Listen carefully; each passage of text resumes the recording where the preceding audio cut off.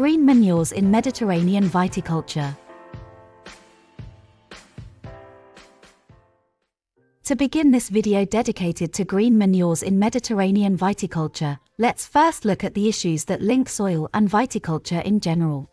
Soil quality is seen as a lever for moving towards more sustainable viticulture, and it's a central issue in the implementation of viticultural practices. The first step in improving the condition of your soil is to find out whether it's in good health. To do this, the Gascon Innov Operational Group has developed a set of indicators that makes it easy to carry out your own diagnosis. One example is the abundance and diversity of earthworms, which can be calculated directly on the plot. For more information on this subject, please see the description of this video. Once you know the state of your soil, you can put in place appropriate practices to improve it. Let's take a closer look at green manures. This type of cover crop produces biomass, which is returned to the soil to improve its fertility and structure, provided that hydronitrogen competition is kept under control. Although challenging in the context of the poor, dry soils of the Mediterranean basin, this practice can have many benefits. It reduces erosion, provides nitrogen, and improves biodiversity within the plot. There are many advantages, but the hydronitrogen competition should not be overlooked. So how can this practice be developed in a Mediterranean context? It is advisable to sow as early as possible, late August, early September, to ensure that the seedlings develop well during the heavy autumn rains, thereby reducing erosion and preventing the vine leaves, which are an additional source of nutrition for the soil, from blowing away. It is also advisable to overdose the seeds at the time of sowing, taking all species together, in Mediterranean conditions, as well as choosing a well-diversified mix, legumes, grasses, brassicas to ensure the cover lasts, with a rotation of the dominant species.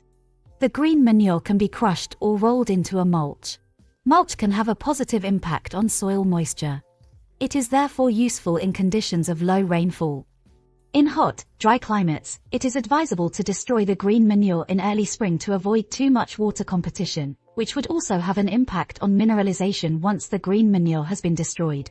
Let's move on to the practical side of things with the testimonial of Jérôme Goblet, a wine grower near Carcassonne, in the south of France, in the Mediterranean zone. First of all, can you tell us what prompted you to plant green manures in your vineyards? To bring a little organic matter back into our wine-growing soils, which are Mediterranean and low in organic matter. What technical itinerary did you finally choose to implement this practice? I'm growing vines with one row tilled in two. Thus, the row tilled during the year will be sown as early as possible in September and October, depending on the weather conditions and the work to be done on the vines, or even the harvest. So the simplest itinerary is direct broadcast sowing, recompacted behind with a cultipacker, with small seeds such as mustard or phacelia. The date of destruction depends a little on the year's weather conditions. When the mustard starts to flower, we destroy it so that it doesn't suck up too much water at that time. To conclude this interview, can you tell us what are the main benefits that you've observed?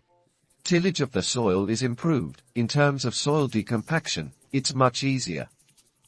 Another beneficial point is nitrogen recovery. In the first year, we estimate that between 6 and 8 extra units of nitrogen were available to the plant for the year. The third point, erosion, is that when it rains or thunders in the spring, we can see that the grass row with the shredded material still on it runs off much less than the rows next to it that have been tilled.